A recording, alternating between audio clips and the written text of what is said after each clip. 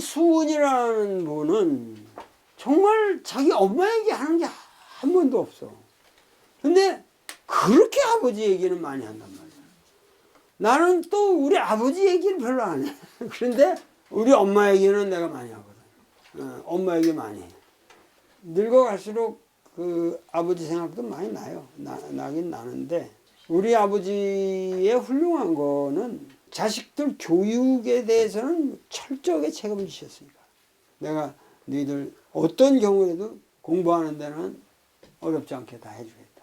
근데 하여튼 수는 자기 아버지에 대한 존경심이 말할 수가 없고, 이 수은이라는 사람은 엄마 얘기는 하나도 안 하는데 아버지에 대한, 이거 아버지밖에는 생각이 안 나나 봐. 아버지밖에는 생각이 안 나나 봐. 근데 엄마가 어렸을 때 돌아갔다고 그래서 사실 따져보니까 그렇게 어릴 때 돌아가신 분도 아니에요. 내가 이게 지금 여기 연보들이 잘못돼가지고 충분히 생각날 만한 사람인데 엄마 얘기가 없다. 자기 아버지가 최옥이라는 분이 이 사람은 자기 아버지가 여기다 뭐 이렇게 되죠? 내 옥자에다가 밑에 이제 또 구스록이 하나 더 들어가 있는 옥자인데, 이 최옥이라는 분은 이제 최수은의 아버지고, 이 아버지는 6대손이란 말이에요. 6대손은 누구의 6대손이냐면은 최진립이라는 분의 6대손이다. 이건가? 네. 세월님? 네, 최진립 장군. 이분은 정무공이라고. 정무공. 그러니까 원래 이 사람은 학자였는데, 공부하는 사람이었는데, 이제 임진왜란을 당해서 의병을 일으켜가지고 아주 혁혁한 공을 세우고 난 다음에 안 되겠다. 방향을 틀어서 무과 급제를 해가지고 엄청난 활약을 하는 거예요. 근데 이 특징이 뭐냐면, 이 사람은 임난 때에 혁혁한 공을 세운 사람으로서 30년 넘어서 일어난 병자호란 때도 참전을 했다는 거죠. 이게 거의 없는 일이거든. 이 양난을 다 혁혁한 공을 세웠다는 거는 유례가 없어요. 그만큼 자기 헌신적이고, 왜냐면은 이 선조가 임진왜란을 처리하는 방식에 엄청난 모순이 많았거든요. 문제가 많았거든. 그러니까 천민들도 이렇게 하면은 양민으로 구제를 해주겠다든가, 그러니까 노예 해방을 시켜준다든가, 이렇게 적을 이렇게 그런 약속들을 했는데 그런 걸 안 지켰거든. 그러니까는 병자호란 났을 때 사람들이 호응을 안 하죠. 호응을 안 하고, 이순신 장군도 마찬가지죠.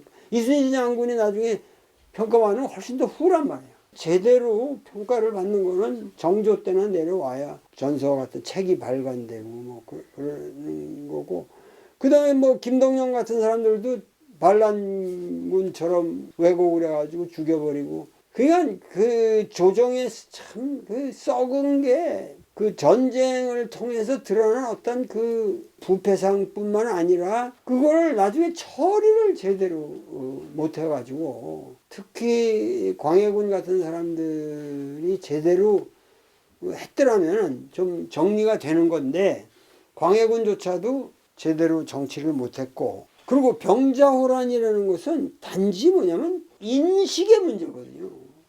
왜냐하면 이 청조라고 하는 게 그 당시에 명나라는 이미 기울어지고 청나라가 이 등장을 하는데, 이 청나라 여진족은 사실이 고조선의 일치파란 말이에요. 그러니까 그 사람들은 우리는 그들을 그냥 모화 사상에 빠로잡혀가지고 이 숭덕 황제 연호를 써가면서 그냥 완전히 깔아뭉개고 인정을 안 하는데, 그 사람들은 우리를 굉장히 리스펙트 했거든. 그러면서 우리가 북경을 앞으로 칠 때인데 후방에서 우리를 귀찮게만 굴지 말아다오. 요 정도의 요구를 하고 있는 건데 이걸 갖다가 그냥 완전히 세종 시대 때 그냥 뭐 육진개척 그래가지고 완전히 깔아뭉개던 생각만 하고 지금 어떠한 포스인지 알질 못하고 무시해버린 거란 말이에요. 그러니까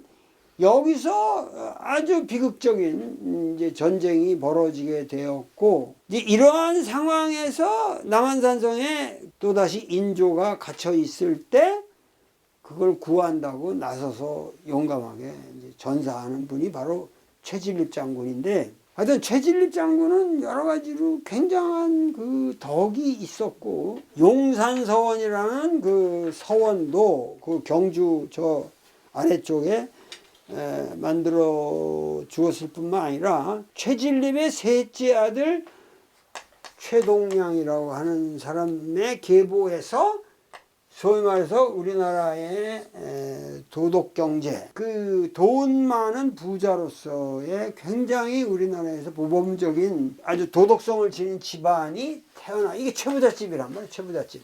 최부잣집에 대해서는 우리가 비판이 전혀 없죠. 이 집안은 정말 훌륭한 집안인데 그 제 얘기가 여기에 대한 거 164페이지에 충분히 쓰여져 있는데, 과거를 보되 진사 이상은 시도하지 마라. 그러니까 진사까지는 붙어도 벼슬할 생각을 말라는 거예요. 그러니까 집안의 품위를 지키기 위해서 진사 붙을 정도의 학식은 있어야 한다.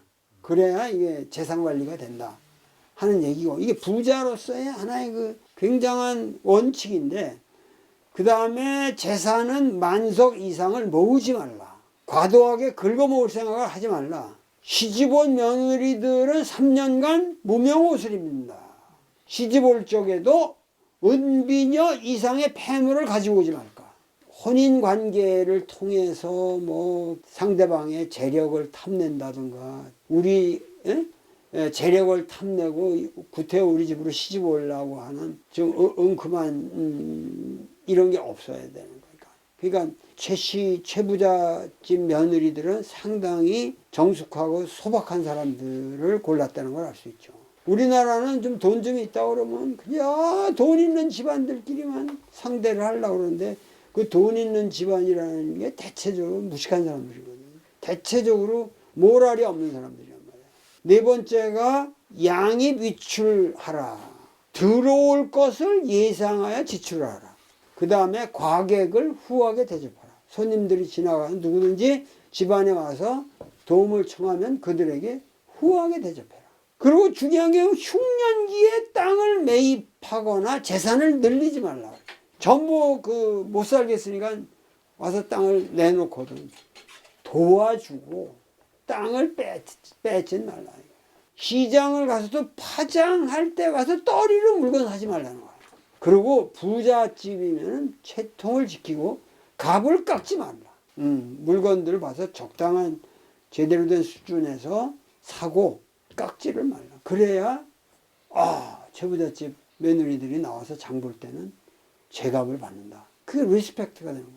그리고 사방 백리 안에 굶어 죽는 사람이 없게 하라.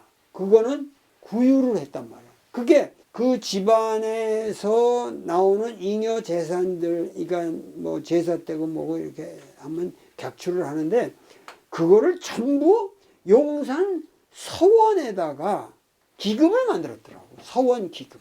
그래서 서원에서 굶어 죽는 사람이 있거나 이러면은 거기서 공적으로 구유를 하게 했어요. 그러니까 굉장히 조직적으로 운영을 했어요, 이 사람들이. 보통 조선시대 때 서원이라고 하는 건 사액서원이잖아요. 이게 전부 나라에서 만들어진 서원들은 착취기관이거든요. 근데 이게 유례가 없는 거예요. 용산서원은 아주 정확하게 베푸는 기관이었다. 그러니까는, 그리고 서원이라는 게 보통 때 뭐 거기서 꼭 서원에서 공부를 하지는 않잖아요. 다 동네마다 다 학당이 있으니까 서원에서 공부하는 게 아니고요. 그러니까 서원에 방이 많은데 여기다가 전부 용산서원은 뭐냐면 집 없는 사람들의 거처로 내줬어.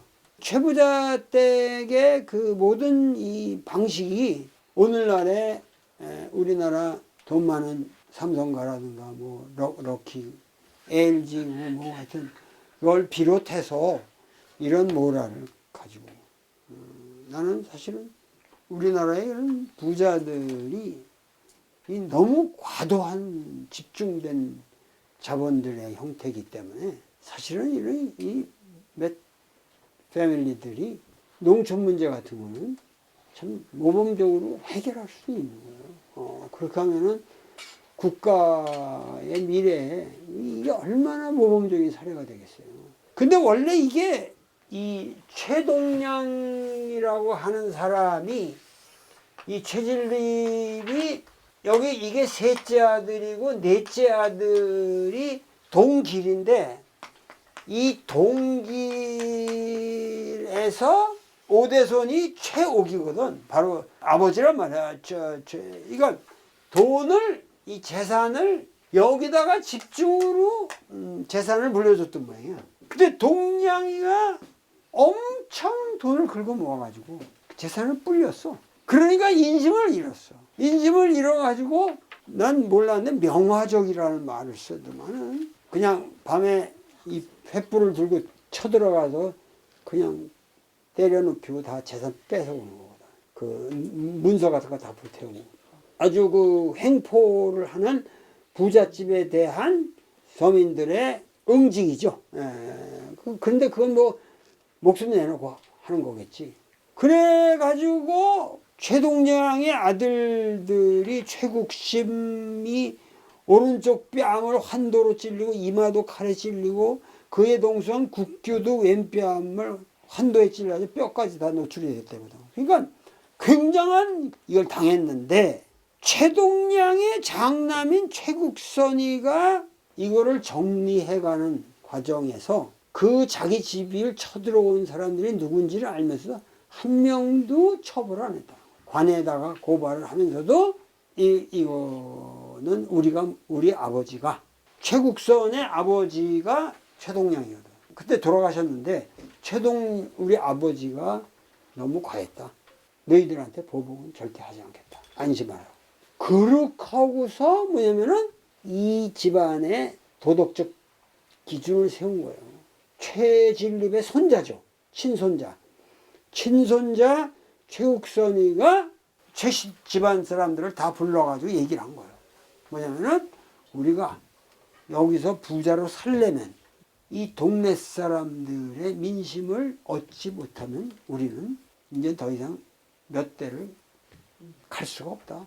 이 동네 사람들에게 우리는 최선의 이 서비스를 해야 된다.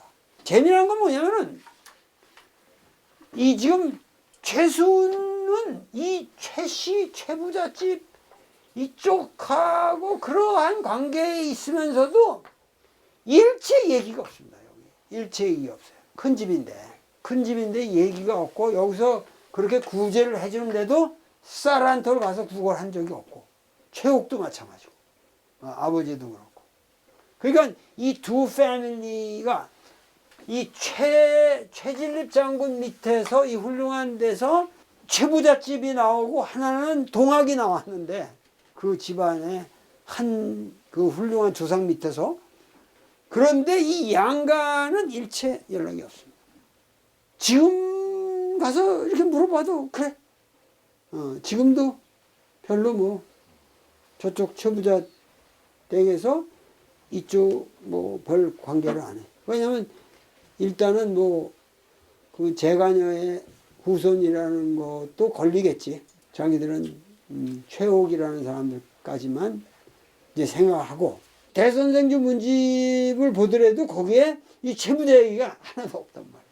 하여튼 재미난 문제인데 그래서 이 수은 선생이 하는 얘기가 우리 선조라는 것은 이게 최진립 장군을 말하는 거예요. 그러니까 지금 최수은 때만 해도 이 최부잣집도 그렇고 최진립 용산서원도 그렇고 그 동네에서 엄청난 성세가 있는 집안이란 말이에요. 최수은이라는 사람을 우리가 잘 이해를 여태까지 못했는데 사실은 이 수은이 자기 할아버지 얘기를 하는 거는 너무도 정당한 거거든, 그 당시. 그래서 우리 선조의 이러한 국가에 대한 충절과 의리가, 충의가, 그리고 그 절개가 용산에 유효하다. 남음이 있다. 그러니까 용산서원을 설립하고도 남음이 있다. 그러니까 용산서원을 통해서 나의 그 선조 할아버지의 음덕이 이렇게 내려오고 있다. 그 말을 왜 하는 거야, 이 사람이 여기서? 나를 우습게 보지 말라. 그거 무슨 얘기냐면, 전부 그 당시 서원 세력들이 이 동학을 지금 까니까 이 사람이 뭐라 그러냐면, 야, 내가 이게 우리 할아버지가 니들 다 내가 살려주는 사람 아니야. 근데 이 동네에서 제일 유명한 그야말로 사약서원을 받은 이런 집안인데 왜 나를 음해하냐, 이렇게 음해하냐 하는 얘기를 하고 있는 거죠. 이게 과시용으로 쓰는 거예요. 이 수는 오왕지 성덕이라는 말이 나오잖아요. 이거는 이제 조선 왕조의 최진립, 이게 선조 이래로 하여튼 그 최진립이라는 사람은 죽고 나서 그렇게 전사하고 나서 국가에서 바로 이제 그 영예롭게 대접을 받았기 때문에, 그래서 이제 이 최씨 집안이 경주 일대에서 유명하게 된 거고, 그래서 여기 오왕지 성덕이라고 하는 것은 이제 조선 왕조의 왕의 성덕, 성스러운 덕성이 임진왜란과 병자호란이기 때문에 임진년과 병자년을 지금 얘기를 하는 거예요. 임진과 병자년, 그러니까 수은시대의 얘기를 하면은, 병자년이 1816년이고 임진년은 1832년입니다. 1832년. 그러니까는 세월이 다시 찾아온다. 복회어 인명. 예, 그 임진왜란과 병자호란 때 우리 할아버지께서 이렇게 나라를 구하느라고 이 충의절개를 다 하신 이러한 것이 임진년 병자년마다 이 세월이 되돌아와서 우리를 상기시키곤 하는데, 약시 여음이라고 그랬거든. 이와 같은 약시, 이와 같은 여음. 여기가 여겠죠? 이거지? 여음. 이와 같은, 이제 이게 여경의 필요 여경이랑 마찬가지. 약시, 이와 같은 여음. 그 수훈 선생에게 내려오고 있는 이 최진립 장군의 여음이 부절여류라. 끊어지지 않고 물결처럼 물이 끊어지지 않고 흐르듯이 오늘날 이 시대까지 내려오지 않냐. 불절여류라, 물까지 내려오시고, 그리고 가군께서 여기서 가군이라고 하는 거는 최진립 장군이 아니라 자기 아버지 최옥을 말하는 거예요. 우리 아버지께서 세상에 나오셔가지고 출세. 여기 출세라고 하는 거는 요즘 출세가 아니라 태어나시오, 이런 얘기죠. 출세라는 건 세상에 나오다. 모온이라는데 이게 태어났다, 이런 얘기. 출세. 요새 그 출세한다는 걸로 오해하지 마세요.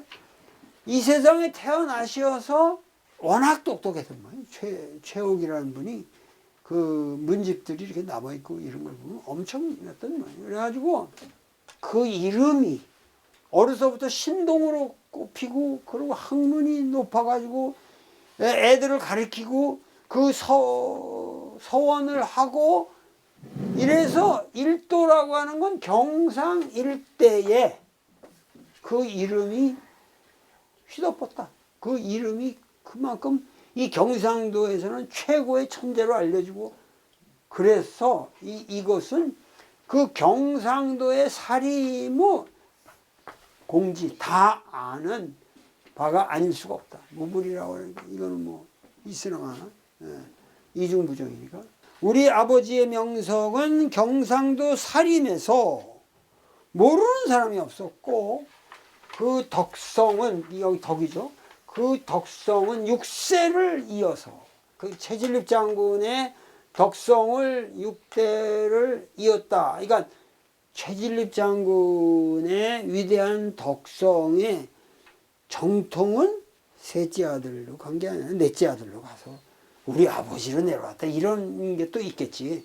그 최씨 가문이라는 게 거기서 그 당시에 전부가 최씨, 저쪽 그 큰 집 중심으로 얘기가 됐을 테니까 여기서 말하는 우리 아버지야말로 그 덕을 6세 동안 이은 장본인이니 그 자손에 그 자손에게 어찌 내려오는 여경이 아닐 수 있겠는가? 나는 그야말로 정통 최진립 장군의 여경을 힘입은 자다. 나를 함부로 모함치 말라. 눌로대해 맨날 그러잖아.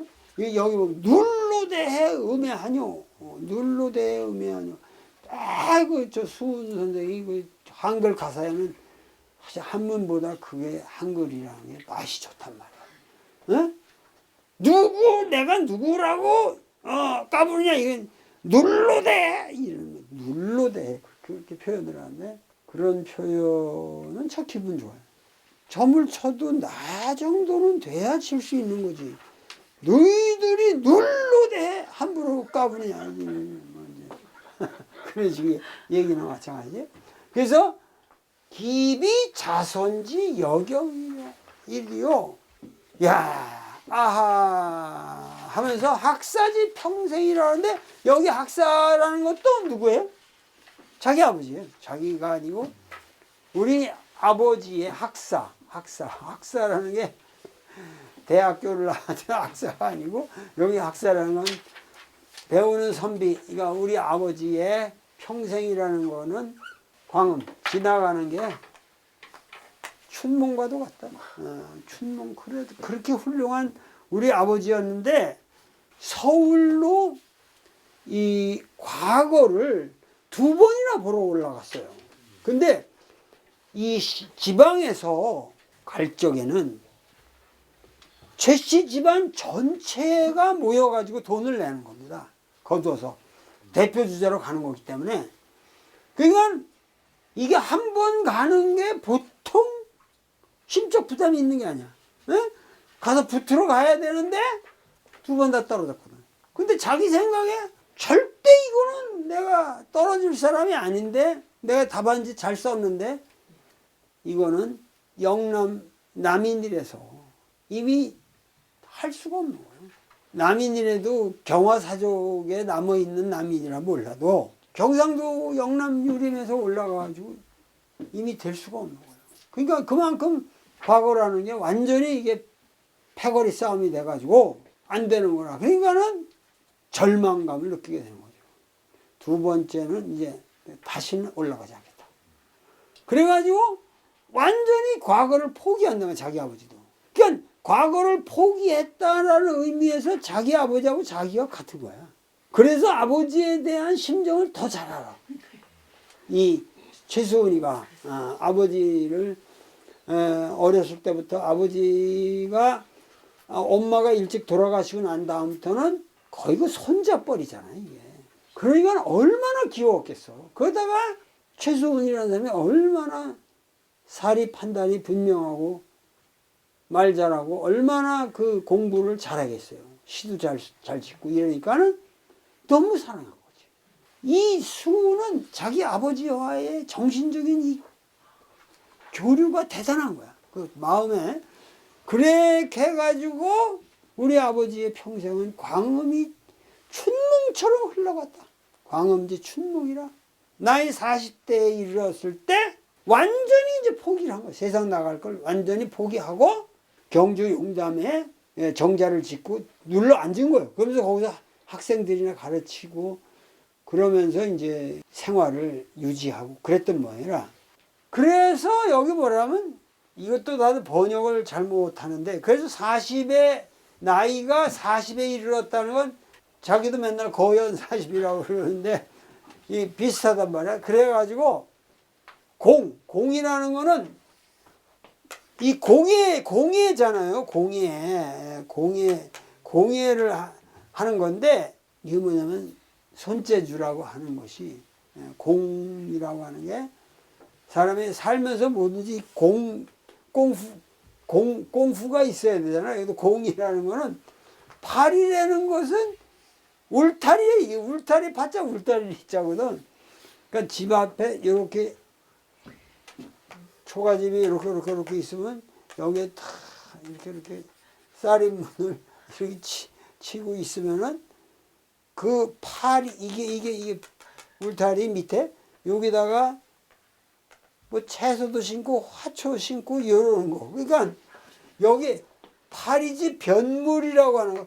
그 울타리 가에 있는 조그만 뭐 제마밭이나 뭐 이 화단 같은 게 있지.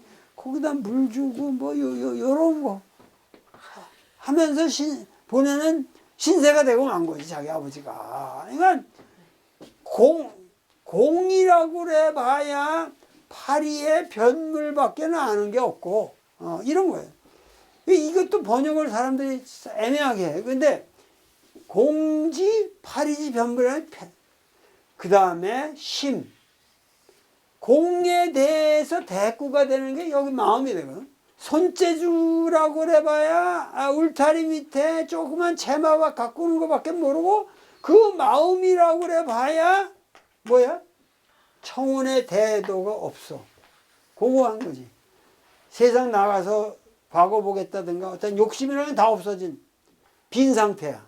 그러니까는 한편으로는 그렇게 2 그랬잖아요. 한편으로는 귀거래사를 읊고. 그러니까 이 도연명이가 귀거래사라는 게 이제 자기 다 포기하고 돌아온 거거든.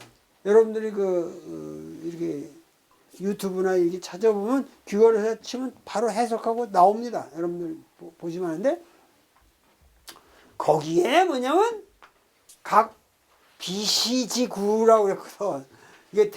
이걸 대꾸로 하면 귀거래지사 5줄이죠. 근데 각 비시지구거든. 근데 이게 사실은 원래는 각 금시이 작비거든. 작비로 돼 있어. 그러면 사실 이게 비시가 아니라 시비가 돼야 돼요. 그러니까 이 사람이 지금 이거 글을 남원에서 완벽하게 외웠었다는 것이 여기 증명이 되는 거지. 텍스트를 정확하게 생각 안 나. 이게. 근데 이런 시구절은 있었는데 하고 그냥 쓴 거야. 그러니까 금시 돌아와서 그 귀거래 자기 고향으로 다 버리고 도연명이가 돌아와서 보니까 지금이 옳고 과거에 내가 거기 조정에서 바등바등 거리던 시절에 얘기가 틀렸다. 이런 얘기거든. 금시 이 작비라 그래. 그러니까 사실은 요거 정확하게 쓴 건 아니지. 요거. 그러니까 여기 영을 뽑는다 그러면은 여기서 하여튼 그런 게 있어요. 이게 옳고 그름 여기 뭐 그렇게 생각하면 돼요. 옳고 그름을 깨달아서 이제 읊프 그 구절을 읊프는 그런 신세가 되었다. 그런 신세가 되었다. 그래가지고 이거는 대나무의 종류를 말합니다. 이게 지팽이를 만드는 대나무거든. 그러니까 대나무 지팽이를 짚고 여기 뭐냐면 남학신을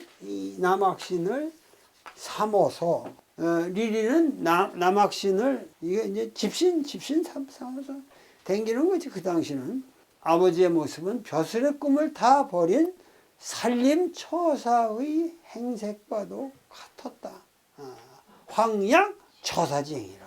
그러면서 산고수장하니 그야말로 선비의, 여기 선생이라는 건 그야말로 존경스러운 선생, 선비의 풍도가 아닌 것이 없었다. 막비 선생지풍이라고. 그 당시 애들을 가르쳤으니까 서원을 열어가지고 선생 노릇을 했는데, 여기 산고수장이라고 하는 것은 여러분들이 이것은 누구야? 범중엄이라는 사람이 엄자릉의 사당기를 쓴 거거든요. 거기에 썼는데, 엄자릉이라는 사람은 누구냐면은 광무제, 후한인가? 광무제 유수가 하고 같이 공부했던 사람이거든. 그리고 엄청 신뢰를 하고 사랑을 했어요. 그래서 자기가 이제 광무제가 후한을 이제 왕망이를 없애버리고 이제 이 사람이 광무제가 유수가 황제가 됐잖아. 그러니까 황제가 자기가 신뢰할 수 있는 위대한 친구가 엄자릉이란 말이야. 요게 BC에서 AD로 바뀌는 시절이에요. 근데 엄자릉이를 모셔와야겠다 했는데, 엄자릉이는 내가 친구로서 거기 가면은 왕으로서의, 황제로서의 실력을 발휘하는 데도 문제가 있고, 내가 그런데 낄 자리가 아니다. 그래가지고 죽을 때까지 철저히 숨어 살았어요. 그리고 그렇게 찾았거든. 광무제가 엄자릉이를 그렇게 인간적으로 보고 싶어 했는데 결국 못 만나고 죽어요. 그래서 이 엄자릉의 그 삶의 자세를, 운산이 창창하고 강수가 앙앙한데 선생지풍은 산고수장이다. 그런 그 유명한 말이 있어. 그래서 여기 선생지풍이라는 게 그 범중엄의 식구의 선생지풍이 산고수장하다는, 그렇게 돼 있거든. 운산이 창창하고 구름 낀 산이 푸르고 쫙 이어지는데 강수는 앙앙하고 흐르는 물은 하는데, 이 엄자릉 선생의 그 풍도는 산이 높고 물이 쫙 유장하게 흘러가는 것 같다. 그래서 산고수장이라는 말은 위대한 학자를 평하는 말로 쓰여집니다. 그야말로 산이 높고 물이 길게 뻗쳐 있는 것과도 같은 거대한 인품은 교육자로서 존경받는 학자의 풍도였다. 그러면서 자기 아버지를 엄자릉급으로 높인 거지. 이게 영남의 유생이라고 해서, 남인이라고 해서 이렇게 박해받은 수준의 사람이 아니라 엄자릉의 수준입니다. 중국의 황제가 와서 차지어도 움직이지 않는 그런 관으로 나갈 생각을 근본적으로 안 한 그런 아버지의 풍도를, 그러니까 이런 거를 우리가 지금 알아야 이 문장의 산고수장이라고 하는 막비 선생지풍이라는 거, 이걸 알아야 그 수은이라는 사람이 동학을 창도하게 되는 그 바탕에 있는, 그래도 그 가정교육 수준이라든가, 그 아버지가 얼마나 얘한테도 얘기를 했겠어요. 내가 이러이러한 걸로 해서 이 국가가 썩어가지고 내가 안 나가는 거다. 그러니까 너도 이런 썩어 빠진 나라에 대해서 내 운명을 너가 참, 내가 죽으면 걱정이다. 네가 앞으로 어떻게 너를 개척해 살려면은 공부를 철저히 하고 내 앞가림 잘해라. 뭐 이런 걸 계속 껴안고 얘기를 하셨단 말이야.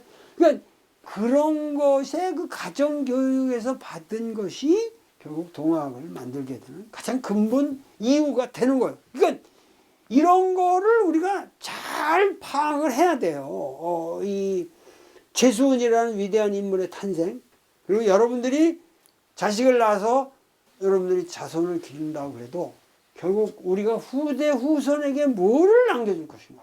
이 최옥이라는 사람이 최수훈이라는 늦깎이로 난 아들을 하나 놓고 교육을 했던 그런 태도, 그런 거를 우리가 좀 배워야 한다는 얘기야. 그러려면은 여러분들이 용담유사를 사가지고 이 내용을 가지고 후세들에게 여러분들의 집안에서 최소한 한글 가사니까, 한글 가사고 생생한 이 조선 왕조의 마지막 양심 있는 자들의 목소리니까 이분들의 이러한 삶의 자세를 우리 후손들에게 남겨야 한다는 거죠. 나도 내 손자는 이 용담유사를 왜 얘기할 거야. 이거는 랩이 되거든. 이거는 랩, 사사조니까 랩으로 가르쳐가지고 왜 얘기하려고. 하여튼 여러분들이 지금 우리가 살고 있는 이 시대를 어떻게 극복할 것인가, 그러면 심각하게 고민하시고, 요즘 도울TV에서 그 숏강이라는 거를 내고 있다고 그래요. 뭐 나한테 의논을 하고 나간 건 아닌데 지금 나가고 있다고 그래요. 근데 그 상당히 잘 만들고 있어요. 옛날에 강의한 거 짧게. 왜냐면 젊은이들이 이 강의를 들어야 된다. 한 3, 4분으로 해서 그 중요한 메시지들을 젊은이들한테 전해야 된다. 그래서 내가 그런 생각을 참 좋은 생각이라고 격려한다고 그랬는데, 여러분들 후손 자녀들한테 숏강이라도 좀 열심히 듣게 하시고, 정말 우리 사회의 진보의 가치가 무엇인가 이런 문제에 대해서 여러분들이 좀 더 깊은 고민을 하시고, 앞으로 선거를 앞두고 자꾸만 여러분들이 불안해하는데 불안감을 버리시고, 일체 점에 대해서 운운하는 놈들은 말도 안 되는, 점이라는 거는 정말 그거는 심오한, 아무도 이거는 함부로 건드릴 수 없는 영역이라고 하는 거. 그리고 그것은 도덕적인 세계지 예언적인 그런 얘기는 전혀 없다는 것을 여러분들이 꼭 아시기 바랍니다. 오늘 강의는 이것으로 끝나겠습니다. 감사합니다.